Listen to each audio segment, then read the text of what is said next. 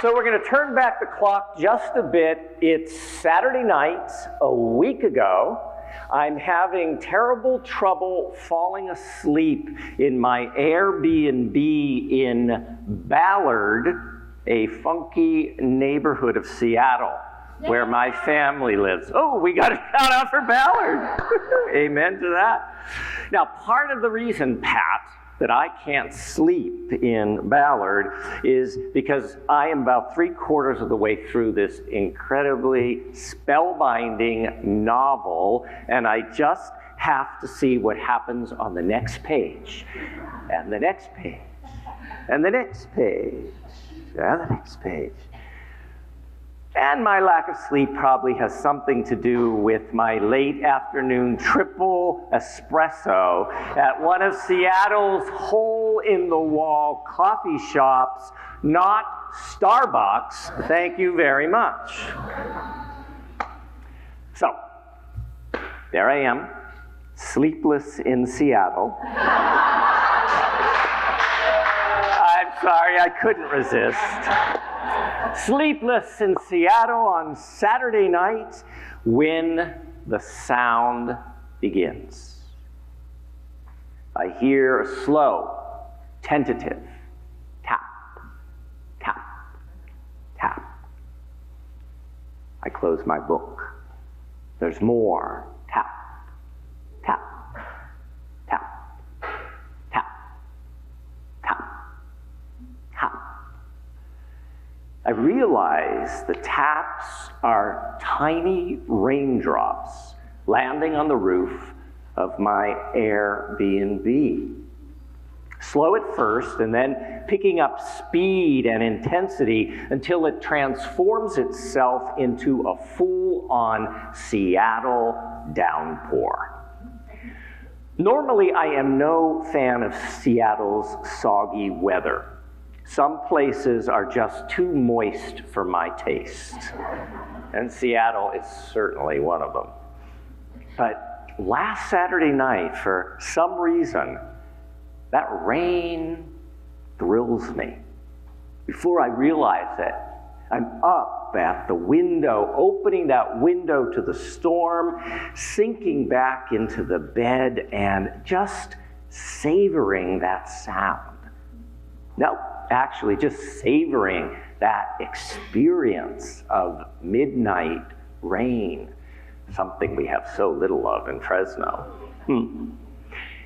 I realize that I am just completely transported by an overwhelming sense of peace and contentedness that grounds me securely inside myself, even as it thrusts my consciousness up into the fullness of that vast, wet sky.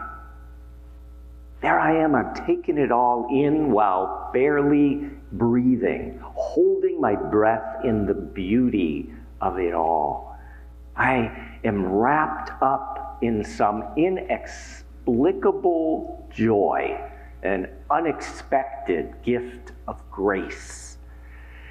It was as if in that moment, joy chose me. Joy is different than happiness. Happiness is a feeling, an emotion. Happiness is something we seek out, something we choose to find, create, or claim for ourselves. Happiness is self-generated and self-sustained. We find happiness by connecting to the things and people that give us pleasure. For instance, happiness is a double scoop of ampersand salt and coffee ice cream. Happiness is an afternoon phone call with an old friend in a different time zone. Yes, we synced up. Happiness is snuggling on the couch with the cat. Happiness is dozing off for a nap.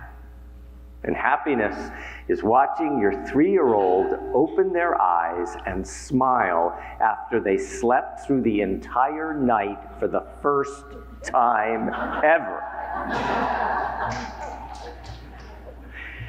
As Snoopy and the Peanuts gang sing in the musical You're a Good Man, Charlie Brown, happiness is anyone and anything at all that's loved by you. Happiness is a feeling, an emotion, and happiness is quite wonderful.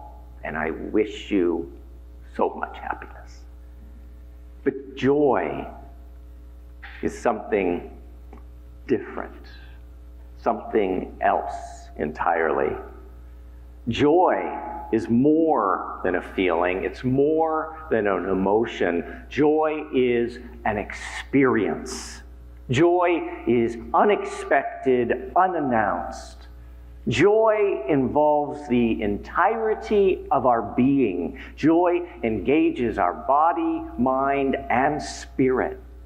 Joy anchors us deep inside ourselves while simultaneously connecting us to what the great Unitarian philosopher Ralph Waldo Emerson called the soul of the whole. Joy grounds us even as it transports us. Joy connects us to that infinite wow that is waiting within us, among us, and most definitely beyond us. Happiness is a choice we make. Joy chooses us. Now, when I first started thinking about today's sermon, I planned on eloquently exploring how in these complex, fear-filled, and uncertain times we can find refuge, we can find comfort by making choices that create joy in our lives. I planned on celebrating the ability that we have to choose joy. But the more I reflected on that self-empowering notion of joy, I realized I was completely off track. We cannot conjure up joy in our lives. We can't create joy or make joy appear on demand. But we can open ourselves through our awareness, through our attention, to the possibilities of joy finding us. Last Saturday night, joy chose me and offered me a midnight rainstorm. But to experience that joy, I needed to close my book and open my ears to what was happening right then and there. Tap, tap, tap. I needed to get up and open the window and become present to something beyond myself. Amidst that book-filled, over-caffeinated night, I needed to inhabit the moment that was being offered to me. I'm thinking about Rich's reflection from a few minutes ago, and what a beautiful reflection. Rich, you said, quote, "When I think of joy, I link it to the phrase, surprised by joy." Then you went on to say, joy is unexpected, it's not planned for, it just shows up in the now, and I am carried away and trembling. I love that, trembling. And then, Rich, you went on to say, joy does not happen if I get stuck living in the past. And oh my gosh, do we all know how to get stuck living in the past? It does not happen if we are living in the future. It happens when I am present moment by moment. In the now, I create the space for something powerful to happen. Could we just say that together? In the now, I create the space for something powerful to happen.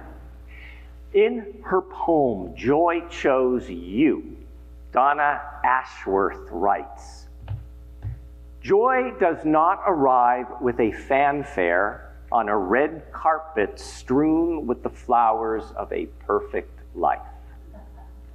Joy sneaks in as you pour a cup of coffee, watching the sun hit your favorite tree just right.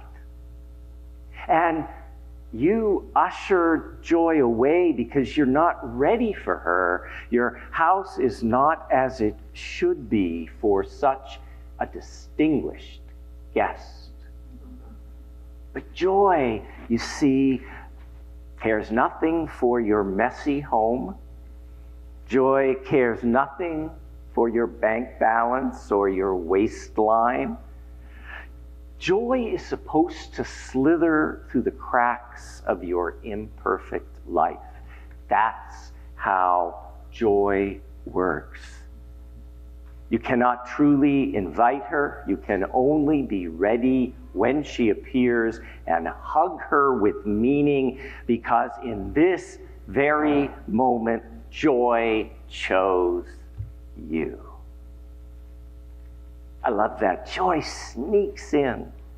Joy is supposed to slither through the cracks of your imperfect life.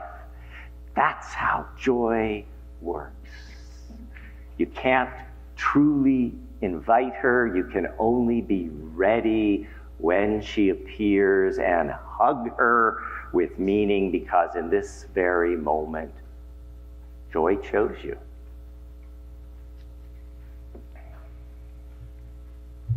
The notion of happiness and joy have been part of the core of Unitarian Universalism throughout our long history. In the 1770s, when Universalism immigrated from Europe into the British colonies, the dominant colonial religious worldview preached that most human beings were depraved sinners destined to burn in the fires of hell. How cheery. This religious worldview said that only a select few God-fearing people would be spared Satan's eternal barbecue. This worldview taught that the purpose of life was to be obedient, subservient, compliant to authority, and so fearful of the future. Then, along comes Universalism, which proclaims that if there is a God, and she is a God of love, then there is no way that any finite human wrongdoing will overpower God's infinite love. Universalism said, if the divine presence is love, then that divine presence is going to ultimately welcome back everybody into the love from whence they came.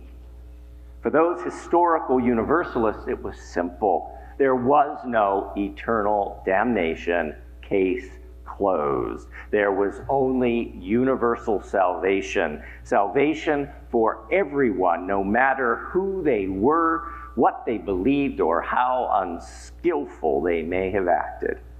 In the end, Universalism says, love endures. Love endures all things, because there is a love holding us. There's a love holding all that we love. There's a love holding all. We rest in this love. Because of this love, the Universalist worldview proclaimed something different. They said that the purpose of life was to be happy and joyful in the light of God. Could I hear it for happy and joy? The Universalists said that God, the divine presence, or maybe just your own heart, life itself, wants us to be happy and joyful, basking in the light of love.